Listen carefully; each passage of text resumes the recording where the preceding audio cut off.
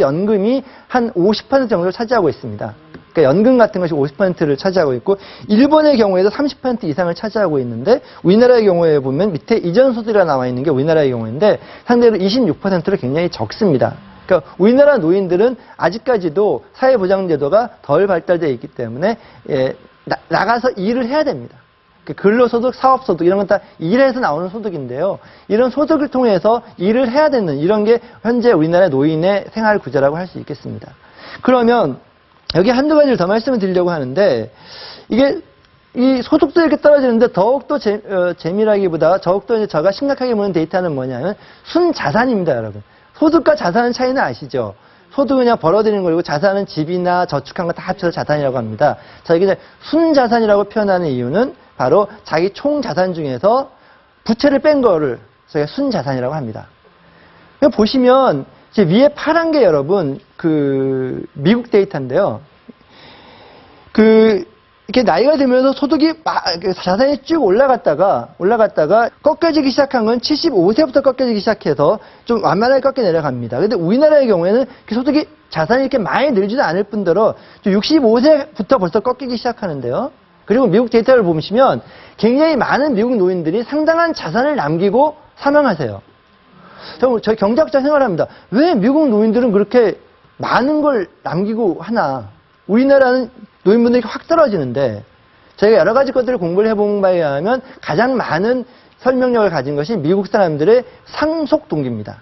미국 사람들도 내 자식한테 더 많은 돈을 상속해줘야 되겠다라는 것이 굉장히 큰 동기를 작용하고 있는데, 그럼 당연히 의문점이 생겨요. 우리나라 사람들은 미국 사람보다 상속 동기가 더 적을까요? 우리가 애들 사랑이 전 세계 탑인데, 그죠? 예. 그런데 우리는 왜 그럴까를 생각해 보면, 제가 해석하는 거는 뭐냐 하면, 미국 사람들은 사후 상속을 하고요. 우리나라 사람들은 사전 상속을 한다는 겁니다. 50대 남자 가구주, 그러니까 가구주 50대라는 건 어느 때죠, 여러분? 가장 돈이 많이 들 때입니다. 뭐예요? 애들 교육시키고, 특히 대학 가서 보내고, 요새는 뭐, 대학 가도 여러분 뭐, 그냥 예전보다 훨씬 더 등록금도 비싸고 드는 것도 많아요. 그죠? 아주 일부 학생들은 뭐 연수도 갔다 와야 되고 막 해야 될 게 무지무지하게 많아요. 돈 들 게 무지하게 많아요. 우리나라 부모들이 다 대줍니다. 우리나라 부모님들은 전 세계에서 제일 착한 부모님들이라서 혹시나 애들 결혼할 때 뭐 혹시 안 되면 전셋집이라도 어떻게 좀 마련해 주려고 전부 다 있는 거 없는데 다 때려 박습니다. 예. 예전에는 이게 좋은 전략이에요. 왜 그럴까요? 그렇게 애한테 투자를 하면 내가 늙으면 그 아들이, 그 딸이 나를 보살펴줘요.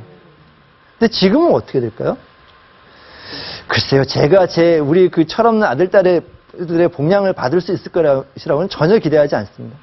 자식에 대한 투자가 우리 한국 사회에서 최고의 현실은 자식에 대한 투자였고, 그것이 우리나라의 아름답고 훌륭한 전통이고, 그 전통으로 인해서 우리나라 사람들이 교육을 제대로 받고, 그래서 그게 우리나라 경제 성장의 밑거름이 되었다는 것은 분명한 사실입니다.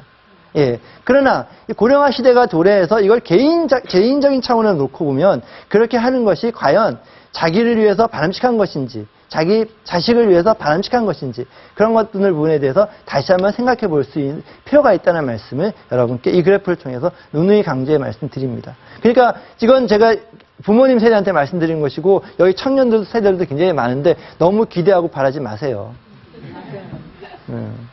제가 하나 더 말씀드리고 싶은 것은 바로 우리나라 이제 고령화 시대에 대비해서 우리가 바꿔야 될 것 중에 하나가 바로 우리나라 가구들의, 특히 고령 가구들의 자산 구조에 대해서 말씀을 드리려고 합니다. 여기 보시면 지금 제가 연령별로 자산 구성을 보여드리고 있는데요. 여기 위에 보라색으로 보이는 것이 뭐냐 하면은 주택 이외의 부동산이고요. 그 다음에 여기 녹색으로 보이는 것이 거주주택입니다. 그러니까 이건 무슨 얘기냐면은 이 두 개를 합치면 각 가구가 가지고 있는 부동산 자산의 비중을 보여주는 거예요. 근데 우리나라 가구들은 약 78%, 80% 정도를 가구 자산을 부동산으로 보유하고 있어요. 이렇게 부동산 비중이 커지게 되면 노인분들은 소득이 없는 상태에서 이 자산을 가지고 생활을 해야 되는데, 이 지나치게 높은 부동산 보유 비중은, 그러니까 비중을 해서 생활은 무지하게 가난한 이런 거 있잖아요. 그러니까 힘든 이런 거 있지 않습니까? 뭐 집은